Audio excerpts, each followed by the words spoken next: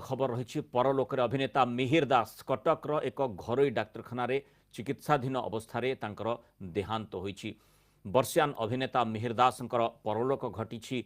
मिहिर दास जो आशाटी समस्त मन रही जे बोधवे से पुणी थे सुस्थ होइजिबे किंतु चिकित्साधीन अवस्था घरोई हस्पिटाल परलोक घटी। किछि समय तले परलोक संपर्कित सूचना आसी जो भाव में बहुत दिन धरी से असुस्थ रही चिकित्सा चली एवं समस्तकर मनरे दृढ़ आशा रही जे वर्षियान अभिनेता आम गहन रे आहुरी किछ दिन आम सहित से जो हस हस मुह रही से हस हस मुहर आम सहित आउ किछि माने अभिनय आम सामना को आणिबे से प्रकार आशा आज मलिन हो जाइछि। जेहेतु वर्षियान अभिनेता मिहिर दास आउ नाहांती परलोक हो जाइछि एवं जो भली भाव में बहुदिन धरी से चिकित्साधीन अवस्था रही